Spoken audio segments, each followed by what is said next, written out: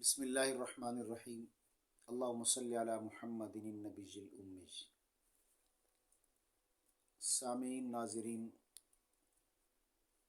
آج اس پرفتن دور میں ہر شخص پریشان ہے، خاندان کے حوالے سے، برادری کے حوالے سے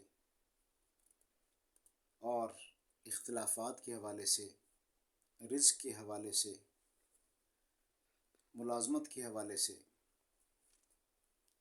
مختلف انداز سے، مختلف طریقوں سے ہر شخص پریشانی کا شکار ہے۔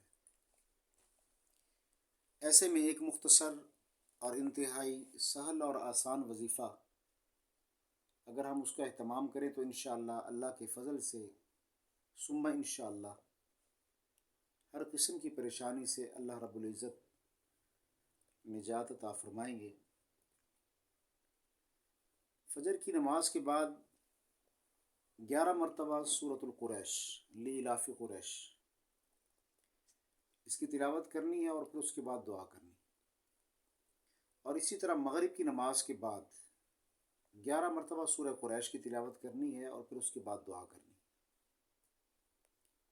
اگر ہم 41 دن تک مسلسل اس وظیفے کو جاری و ساری رکھیں گے تو انشاءاللہ اللہ کے حکم سے 41 دن سے پہلے اللہ رب العزت جس پریشانی میں آپ مبتلا ہیں ضرور بھی ضرور خلاصی اور نجات عطا فرمائے۔